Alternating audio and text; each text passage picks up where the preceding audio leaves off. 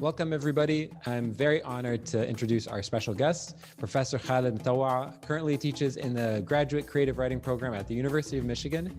He is the author of 5 books of poetry and a critical study of the Palestinian poet Mahmoud Darwish. Khaled has co-edited 2 anthologies of Arab American literature and translated several volumes of contemporary Arabic poetry.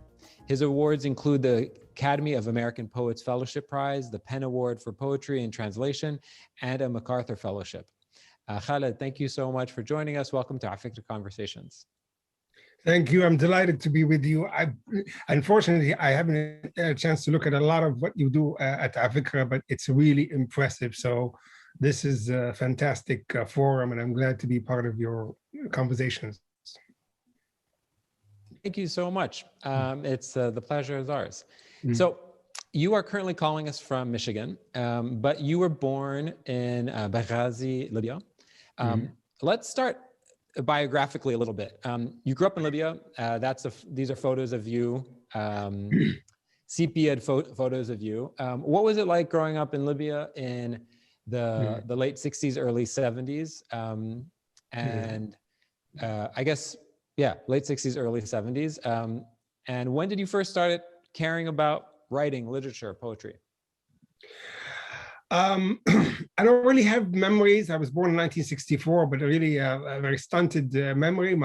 I remember the coup, 1969 coup. I would have been 5 then. I remember my father and uncle, and lived next door, and not going to work. I remember a wedding maybe a year before. So it was, we lived 2 families, the extended family kind of next to each other. So a lot of cousins, very much part of the memory. So it was in that kind of milieu. In later years, it was sort of became more aware of sort of the nuclear family, if you will, and sort of because people moved around. But essentially, it was cousins and uncles and relatives and people coming in. My grandfather was sort of a prominent figure, and there were always people coming to visit him, and so the house was always sort of in a hosting mode, at least the big house. So I guess it's compared to what children have today. The afternoon as a child in Libya, as a boy particularly, you really were kind of on your own.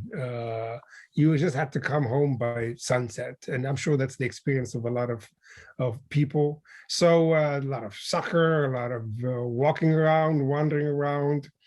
It was. Yeah, it was. There was a safe, but there's a kind of an undertone of fear, not political, but there was I remember trying to sort of, by the age of 9, I was sort of innocence was being sort of dissipated, and I just thought, this is not I have to be careful. I have to be more. Not go this way or not go to that place, but so there's some of that. But as you can see from the picture of the 3 males, my father being in the middle, me on his right, so I'd be on the left of the picture, and my brother Ibrahim is the older. It's kind of I like the fact that we weren't asked to smile in that picture, and as you can see, I was a child dressed in a coat bigger than his size, and curious, cautious, alert. But I think that captures sort of my my childhood, in that I was very curious. I broke up a lot of people's adult stuff, like if there's a suitcase or a radio or something, I was there to mess it up. They used to call me makhrab, somebody who ruins things. Yeah. So that curiosity, and of course it's the face of somebody who's been caught having broken a beautiful pen or a little transistor radio or whatever. The very active eyes. Yeah, and so that was the picture is I think the only studio picture that we took together. The studio is called Studio Isam. I remember the guy who owned it. I think he had a sixth finger, which is not an uncommon phenomenon in earlier times. People had all sorts of features. But yeah, I think it was pictures for passports, perhaps, and then it moved into why not take a picture of all three of you, and he couldn't get us to smile. Maybe a little more serene pictures with my sister Sania. I remember this picture very well. That picture also became part of a passport. I had that passport. I used it until I was 24 with that same picture, until I lost it, essentially. Well, because we weren't able. I have to say, you look just like that. We weren't able. After I came back to the United States, it was very funny. I came back to 1979. I applied to with that picture of that same face to come to the United States. I would have been 15 with an English language institute. And then a relative said, "Oh, you listen, I just tore up that passport," and he gave me a new passport. But there was no way I was going to apply to the American embassy with a new passport. So I took both of them and came to the United States. But the other one was not going to be usable. So it was me at the age of 23 looking as an 11-year-old boy. All the renewals of the passports were done by relatives we knew in the United States. We were so afraid of being in touch with the Libyan government in the early 80s that, and there were people, Libyans milling around saying, "I can renew your passport," so that you could send it to a friend of a friend and he would stamp it and renew it. And we operated in that sort of unofficial world for a few years. So that's the picture I carried around the world for a long time until the passport was lost, 1986. Yeah. I want to talk about just briefly before we get more deeply into your work that 1979 you moved to the States, the South, Louisiana, and you go through this process of relocation and maybe even re-identity.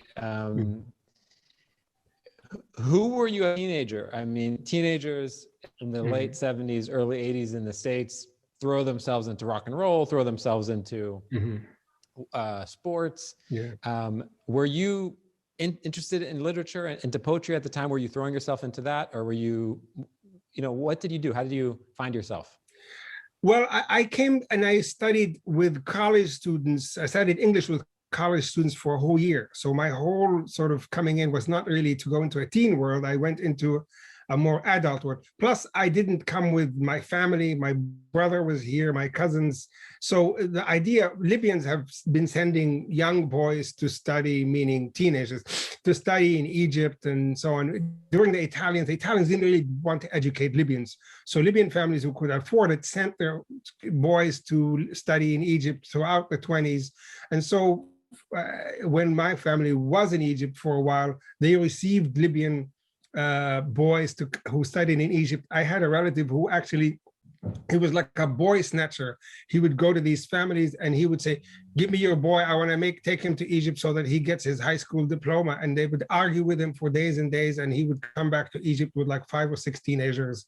And of course they owed him their. So that story of sending the boy to get an education and for that boy to become an adult sooner, that was the scenario. So I went in and I found myself with college students, some of them master's degree students studying English. So it was my first year in Mississippi, was a very adult year. And of course I was a pop 40s, Casey Kasem kind of listener.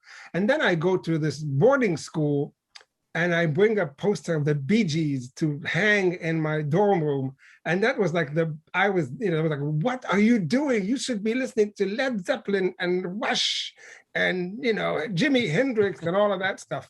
That Bee Gees poster lasted for 4 months. And then, of course, I began to open up and listen to, I never liked Rush, friends or Rush or heavy metal.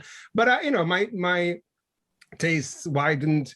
began to read because my English level was not at the proficient. They put me on a sort of the lower literary level first year. But then I remember reading Faulkner and reading Walker Percy, who was a modernist from that part of Louisiana where I went to high school. So reading became part of my life right away. And but I never thought I'd be a writer. That came in late of my college years, or when I was 23 is when I thought, oh, maybe I could actually write. Yeah, because as I was prepping for this interview and sort of preparing the slides, I was interested to see that your undergraduate, like a good immigrant child and a good Arab child, was in electrical engineering or something like that. No, it was in economics. I tried to do architecture. I couldn't. I was an architecture business major.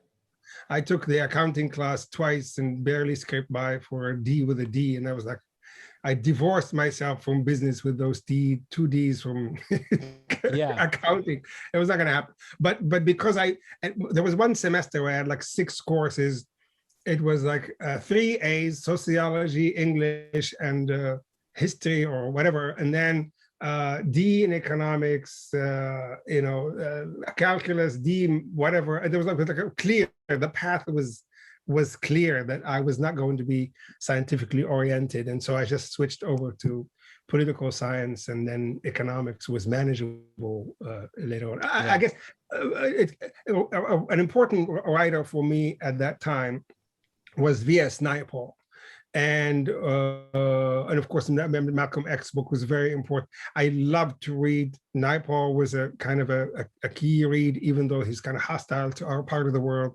I just loved how he depicted so many parts of the world, and it got into my head that I could actually be a journalist or a sort of a roving writer who's going around the world and telling the world like as it is, because living in America and you knew the news was stilted.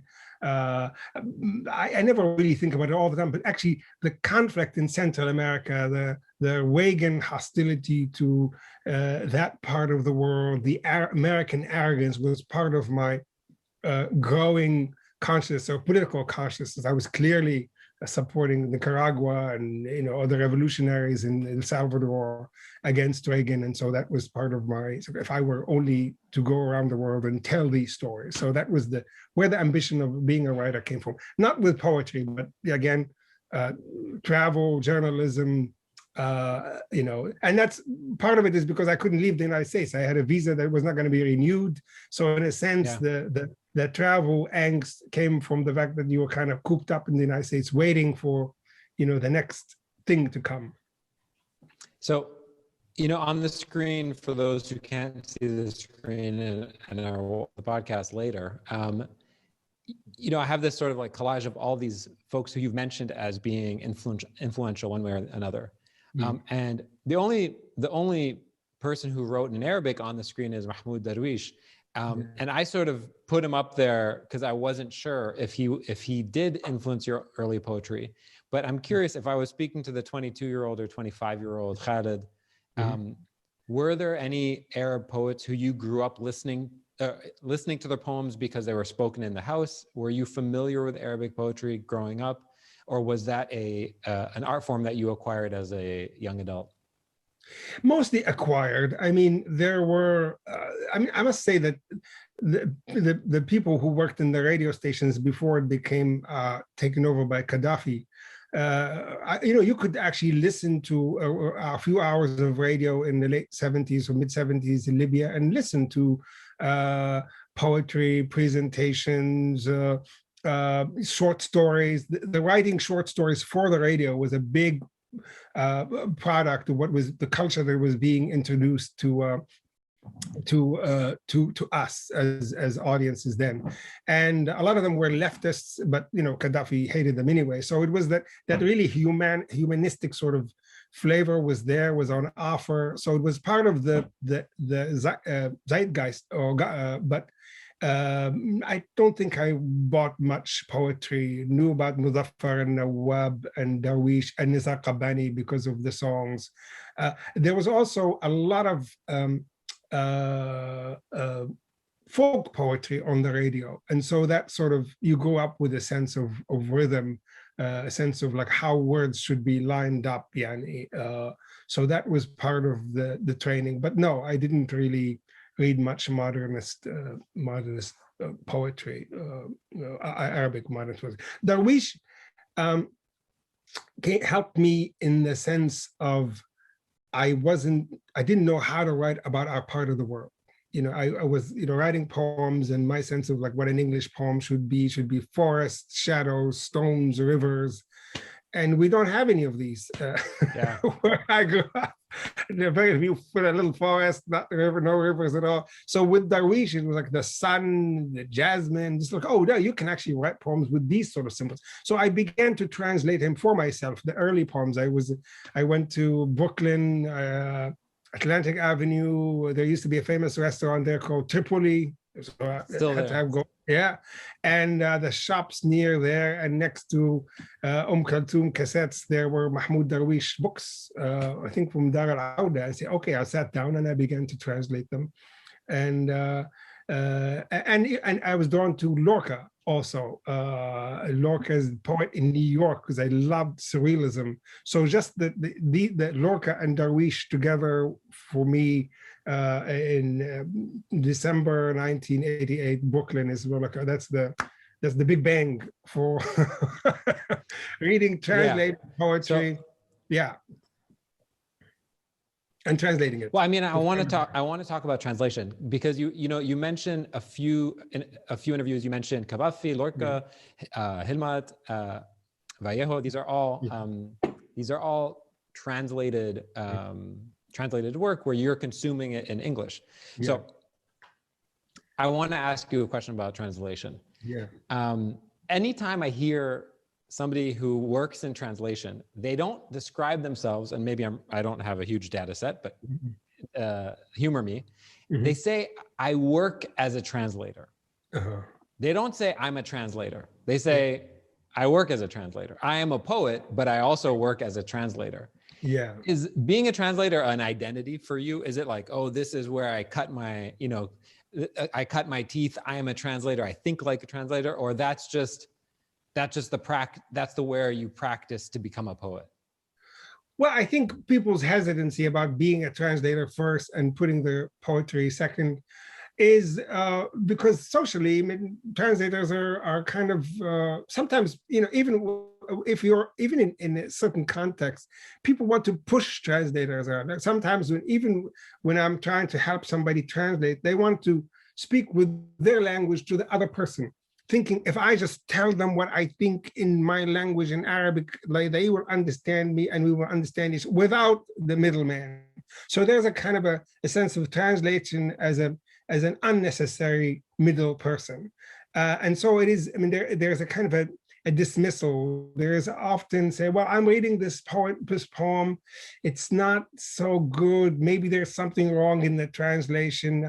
So they assume that the original is better. So if you're a translator, you're not the person that's associated with origins. You are, and nobody thinks of you as a necessary step. So it's a fraught position to be in some ways, and it's not a highly appreciated position in many ways. And so people might not want to occupy it. Plus, often people are creating their own work, and there's a kind of a demotion. Oh, you translate. Oh, you're not the one who creates actual work. And so in a sense, there is I can see the hesitancy in that. There are people who only translate. There's who do not write if their own texts, and they've done tremendous work for everyone. And I think those people are more comfortable with that position. But if you write your own original text and you translate, you want to sort of give primacy perhaps to your own work because your creativity is very much important. I would have to say that maybe translation is, when I meet translators, I always am struck by their often generosity. Translators, particularly translators of poetry, say, can we publish your poem on this website? Sure, you publish anything you want. I'm so glad. So there isn't any complications with that. And so translators enact generosity and they extend it, because I think that's where it kind of comes. And nobody forces you to translate poetry because there isn't that much demand. Maybe translate a novel, a publisher will come to you, but with poetry, you have to translate it, find the poet, translate it, and try to publish it. And you're doing all the work because you've loved this thing. And sometimes you sign a contract that you get no money out of it. So it's a complete work of love. And I think translators know that about their work, but when it comes to sort of the social view of translation in English and in Arabic, there really isn't much appreciation. What was it? So your first published translation was in 96. Between between 96 and the date of your first collection,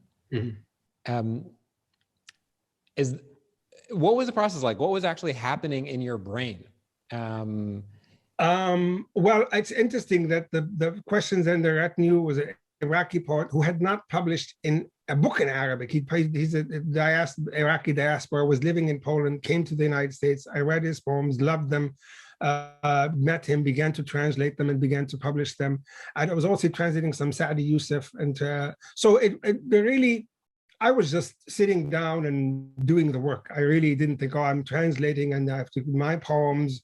It so happened that I was nearly done with my book and my MFA thesis when I was translating Hatif. So there didn't seem to be like a disruption between them. But it's like, okay, what is the difference for a musician when they're playing Bach, a pianist or a cellist, and when they're actually trying to compose? I think the lines are probably blurring into each other. And so it's all music in many ways. It's all poetry. And so when you're translating, you're generating poetry. The other thing about translation is that I think you can translate under any condition. It's very difficult to write a poem under any condition, but you can translate it. You could be sitting next to, sitting next to your father in a hospital, he's kind of dozing off and you're translating. You're on a train, you're waiting for an airplane, you can just translate and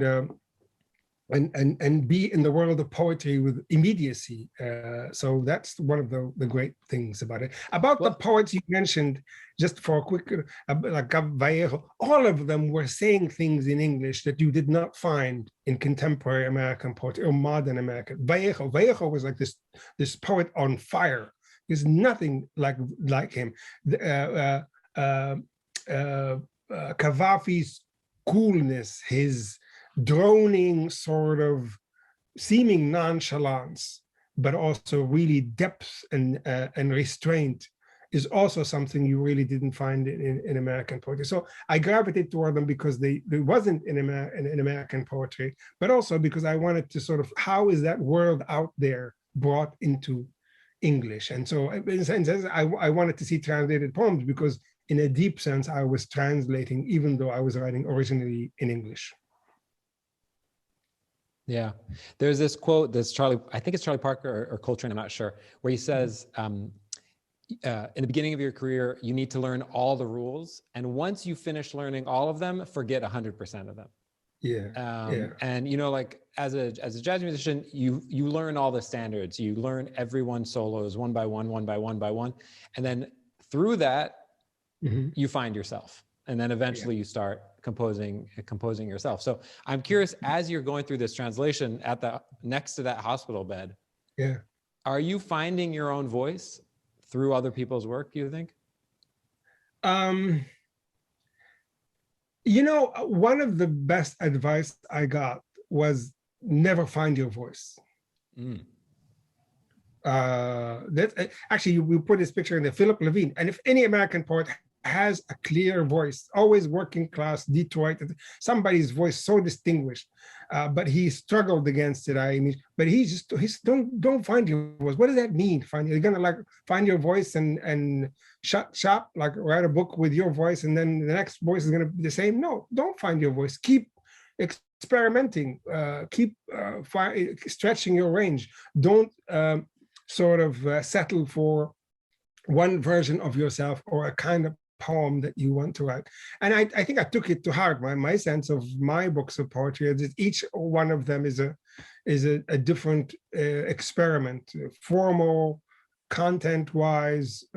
I wanted to do something different each time, and so that's how the books had sort of come through. That each one of them is moved by a different, a different sort of concept. Yeah, I was going to ask you that. With poetry collections, I'm always curious, and sort of collections of short stories, I'm curious the boundaries of those collections, how they're really set, and if it is really one long collection with these sort of artificial barriers between them. But no, for you really see them as thematic collections. Yes. I mean, I think Tocqueville is kind of unusual because it has, a kind of a big piece that's a lot of prose and some lyric and so on. And so it has some poems before and after. There are some PowerPoints. So there was a kind of a difference. So I've never had like a big one piece like that. But I'm always actually working with the long sort of piece. I mean, even Zodiac of Echoes has a long poem about television. The concept in that poem is sort of based on 90s, early 2000s television viewing, in which the poem tuned really, it's almost like each line is a switch of a channel. And I was really, in America, you have cable, you watch the channels, but then once you come to the Arab world and see the assault on perception that satellite television has brought on the world, all the smut that was coming in. So I wanted to capture all of that sort of clicking between. So that's why all the lines move. All of them are kind of switching between channels. And I wanted to, again, in that poem, in that book also, I wanted to take account much more of a neighborhood I lived in, of this places I lived in. I felt like some of it was preparation for Tocqueville. If Tocqueville is my American book, some of the sections in Zodiac of Echoes are like the American focus, about being in Texas, about the news of the mayor in Columbus. All of that stuff was training for Tocqueville in many ways. If we talk about the most recent book, what was your approach going into that? That one really, it sort of found its approach once. There were two things. I began to sort of pay attention to the prefix like undocumented, like illegal, unemployed, like it's just this whole decade is the sort of the decade of so I really wanted this the book of unliberated, whatever. And so I wanted to, and so that came really through when I began to think to document or at least visit and go and learn more about the Mediterranean crisis, the migrations that men are coming from Libya, and reading more about them. Illegality Inc. was a great book that talked about the West Africa sort of migration, how it began, and so on, and how sort of like a new form of colonialism was operating with their Spanish police in the middle of Mali to make sure that people don't leave their cities. So all of that was really enriching. And so in many ways, I wanted to document the decade, and I wanted to sort of intersperse the local in its deepest sense, the local of the fact that I was living in Libya and I was trying to sort of live a post-revolutionary life, but also I'm here and we're worried about the water and Flint is happening, and just sort of the kind of the ruins, if you will, that were surrounding us in this decade. Among them, of course, is the increased number of people who are having to navigate, moving from one place to another, seeking safety and seeking home, if you will. So the word is but then I felt like I needed to address the Arab Spring from the Libyan prism to some extent. I needed to, the environment, just watching it seemed to become a bigger sort of story, the rise of fascism in the West. All of these come together. So it is an attempt to capture the decade, to document, but also to emphasize that it's done in a lyrical fashion. That I'm not writing documentary poetics. I'm not writing. I didn't want to really be seen as writing a postmodern text. I wanted to be a much harken back to a much more sort of lyrical approach, but also strategically focused, where a lot of that information is covered. Yeah, you said. I felt like I needed to, or I don't know if you said I felt. You said I needed to respond to these things. Why did you need to? For who was this an internal desire to make sense of it on the page, or to unpack these emotions, or are you responding to somebody, or you're hoping a specific group of people read this work? I don't know where that comes from exactly. I think, there is, there are, speaking of just sort of Darwish, there are some poems that Darwish, as a poet, or as like, here's an event I need to respond to. A lot of these poems he never put in books, which is interesting.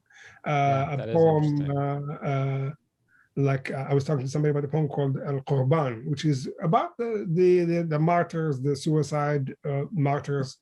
And he never put it in a book, as far as I know. Some of his other poems in response to certain statements, he didn't put them in a book. I said, these are the poems that are of response. For me, so I guess documenting is important, but also I think when you are in some ways, I don't know, writing in English or writing from a place where people don't hear a lot of news from, you are, letting the world know. I think you need, because you are, I guess in some ways, surrounded by misinformation. And, from day one, as an Arab or a Muslim third world person, you are surrounded by misinformation, and you write in order to, to sort of emphasize your humanity, to tell a different story, to bring in an angle, a point of view where people can say, yes, this is part of the human condition at large, and you want to insert your experience as part of the human condition. I think that's ultimately, when I said that's what I needed to, it comes from that, because that's the impulse. This can be misunderstood. This is not known. That's what you want to bring in. Yeah. And you're not responsible for your life only. You feel like you are responsible for a larger territory. And so in that sense, you're a dramatist for events. I'm not worried about myself getting in there. I always get myself in there. It's just that my concerns are part of myself, and I try to bring this in as well. Yeah. I want to talk about Libya a little bit. I wanted to talk about Adonis as well. Let's talk about Libya for a second, and then maybe we have time at the end. What is your sort of current interaction with folks in Libya right now? How much of your work do you feel like is being consumed and being read in Libya? I don't. Well, I've published 2 books in Arabic. I don't think they really in Egypt. I don't think they made it much to Libya. So people know me. They sort of, not many people know me. People know of me, but they don't. They've read me. Maybe they've read a few things about me here and there, but no. So I'm not really available in Arabic. It's just not. I think somebody has to take that project if they're or a publisher might be interested in. I can't really push myself into the Arabic language in the way that I feel I have access in English and I want to publish. So I feel like it's. I got translated into Spanish by somebody who loved the work, and so in Arabic that hasn't happened yet. But that's fine. But what I've done, as the picture shows, is once after the revolution, Reem and I, who's next to me, we went and started an arts NGO. And our job was to fill in the gaps. Partly there was a connection between international arts and Libya that was missing. We wanted to fill that in. We wanted to provide some training to the young Libyan artists, some mentorship, but also cinema. We did a cinema club and we showed 110 films, and that was sort of like, because cinemas had not been in existence for nearly 25 years in Libya before the revolution. So it was really a kind of an intervention to update the scene to some extent, and to welcome people who are interested in the arts, some young people who are interested in the arts. A lot of these people here are not artists, but they had come from the volunteer tradition and they helped us because they wanted to organize things. And I think they wanted to be associated with culture in one way or another because it enriched their lives, and they did enrich our lives. So this was from a play of An Enemy of the People that was directed by Nora Amin and her crew, and there wasn't a functioning theater, so we built a tent. Hired this big plastic tent where the play took place, and it was a kind of an amazing event. I'd never imagined that I'm going to produce or host a play, but there it was. So I think about Libya is Walcott says, when there is nothing, everything can be done. And then in that sense, with Libya, even without all the hostility, when there wasn't much space, a lot could be done. And that was the great work in working with Libya, and still is. So there are many opportunities that I'm glad that we are involved in with Libya. That's wonderful. Okay, I want to do the quick Q&A, and then there's questions in the chat, and then if we have time, we'll go back. Great. Okay, so what are you reading or watching right now? I am reading the Greek myths, White Rage, and Ahmad Zarruq was Zarruqiyya, which is, he's a saint from Libya, a Sufi saint. I'm also just reading an article about how meditation causes psychosis. So all of you people doing transcendental meditation, beware. Okay, good. Yeah. Mm-hmm. The meditation backlash has begun. Okay. Yeah. I know how people in Lebanon need to calm down and to sort of, but maybe meditation for more than 30 minutes a day is not how you should go. Okay. Who would you love to shadow for a day, past or present? I thought about this. I like these roving figures who were sort of milling around our area. Jamal Din Afghani might be interesting. Shadiaq would be interesting. Ibn Khaldun would be interesting. Yeah. What do people most misunderstand about your work? I really don't know. I think Octavio Paz, I've been rewarded for many things, so I'm grateful. But Octavio Paz has also said, awards are always based on a misunderstanding. So I would say that in every recognition I've received, there is a beautiful notion, but it's a slightly miscued, and there is a misunderstanding in it. So if just it sounds like I'm ungrateful, but I'm as ungrateful as Octavio Paz is that people. You feel like your life is more, but they kind of hone in on one thing or another. And well, if this is what they want to recognize, that's fine. But you feel like you're maybe not as good as they say, or not limited to what they say. And as far as thinking you're not as good as they say, I never am as good as people think I am. I don't feel it. And so I take praise with a grain of salt. I like the idea of losing an award and saying, you clearly don't misunderstand me enough. Okay, so whose work do you admire or are inspired by? I'm sure there are a long list, but if you were to choose one or two for people to check out. I think, I mean, I'm trying to think of what I've more recent. I think the same poets that you mentioned. I love John Berger's work. I think it's I come back to in many ways to the same sources.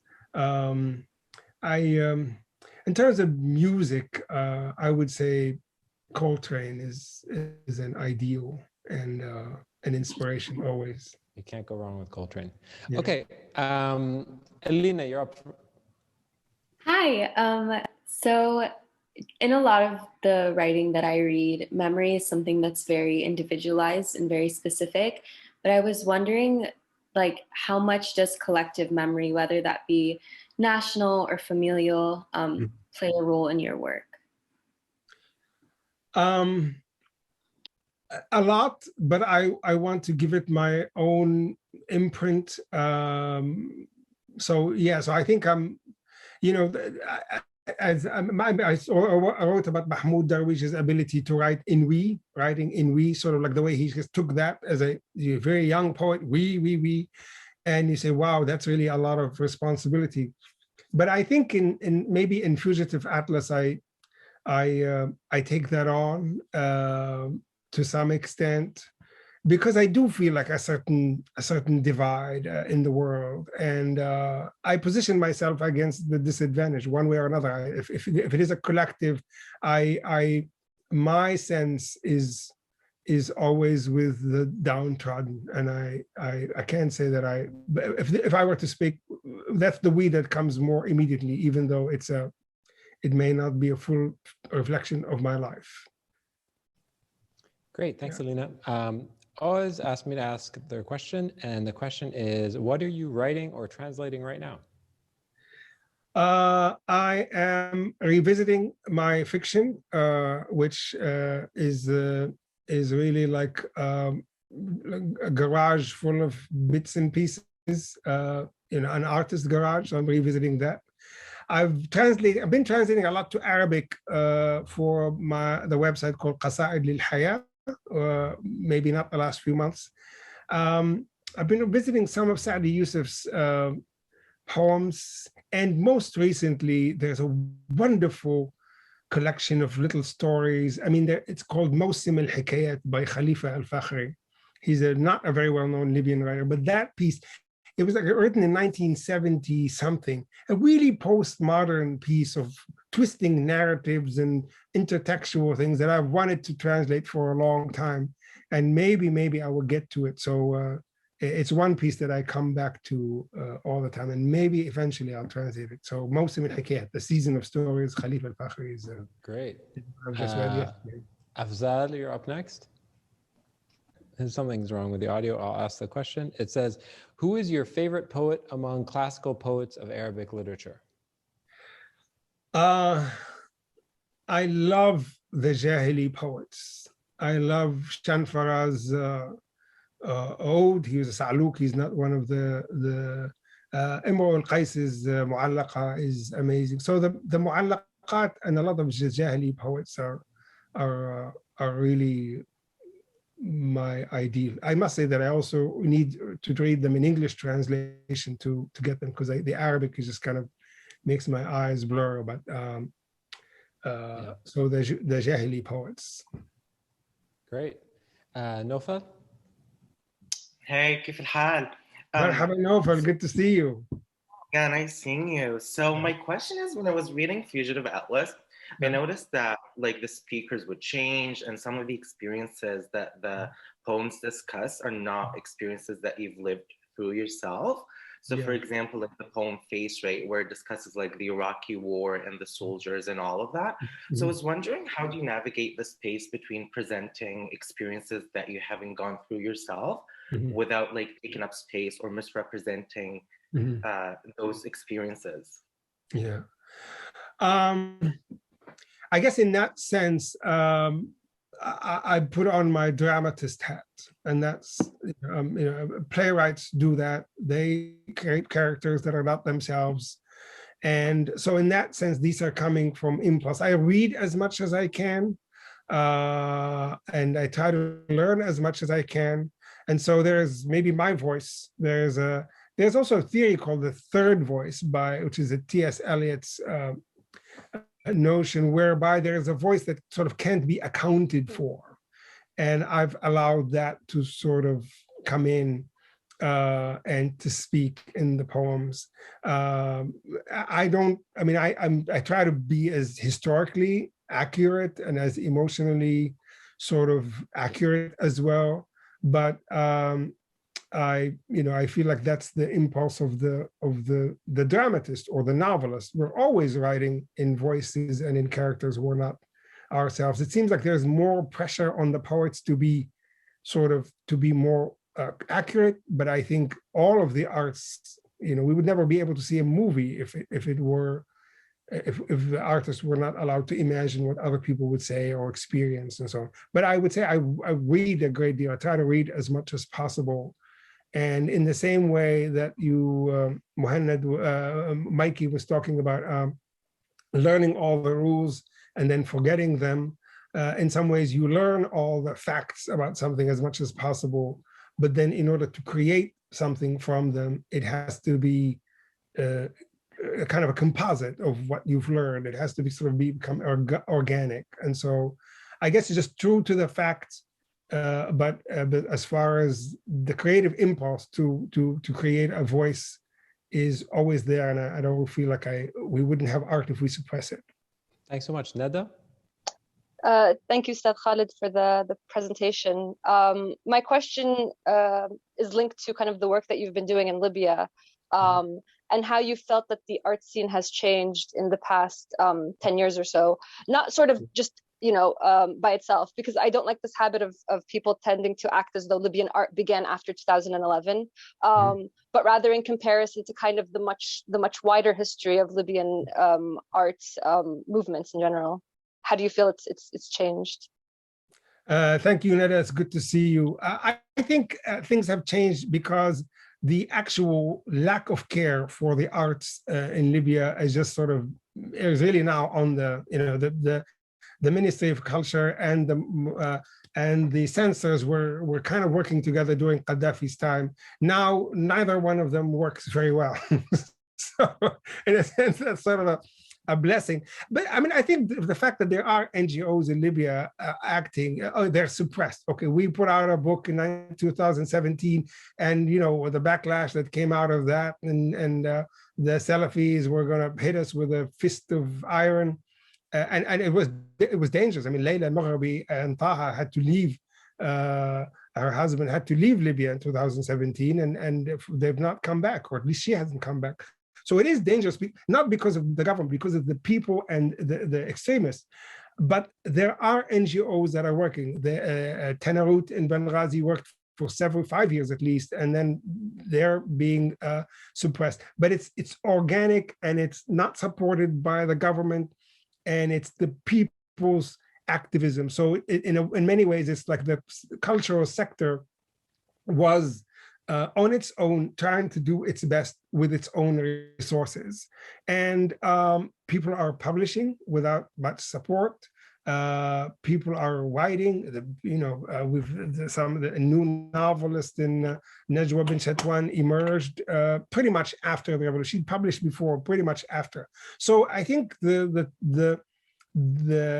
actual producers of culture in Libya have, because they're neglected, they have more freedom. I'm just talking to a group called Fasila, and they on their own in Tripoli started an organization to do workshops, to teach people to write stories. They're working through the pandemic, not that the pandemic is even a reality in Libya. So people are doing their own work, and it is as diverse as I can imagine it to be.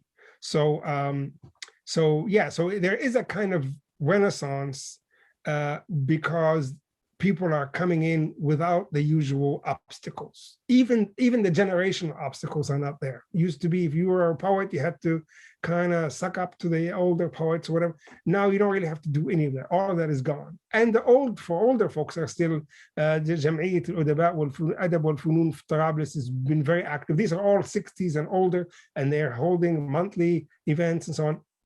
So it's not a big sector, but there are a lot of genuine and open activities that are happening within a conservative society, of course. But so I think I'm optimistic about it.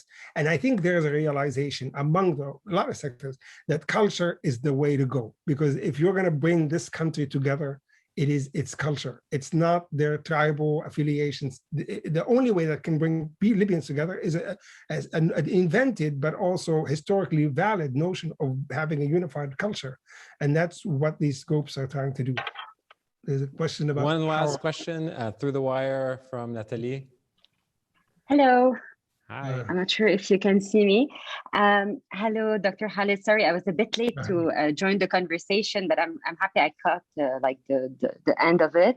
I have a question. I would like to hear a bit your interpretation on the poem "The Cyprus Book" by Mahmoud Darwish, because we're working on an exhibition right now, and this is like, if you want, the central piece of information. So I just wanted to get a bit your thoughts on it, and we're kind of linking it to the tension and the big blast, you know, that affected Beirut. I just felt it was it really relates to a lot of things that the country is going through today. What is the poem again? The Cyprus Broke. I don't know if you're familiar with it. No, I think it's in the 90s. I think, is it from that? I believe so. I'll have to find it. I'm sorry, I can't respond to that poem. But if you email me and ask me about it, I'll be happy to. I'd love to. Okay, that would be great. Thank you so much. Yeah. Tocqueville, PowerPoints.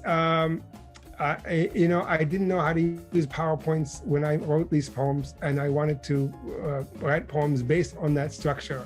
But it was really a way to use the full sort of media, sort of explanatory medium as a way of talking in poetic terms. So it's a bit of a ruse, but it was also a way to bring different elements and to take a kind of a technological authority that I didn't have.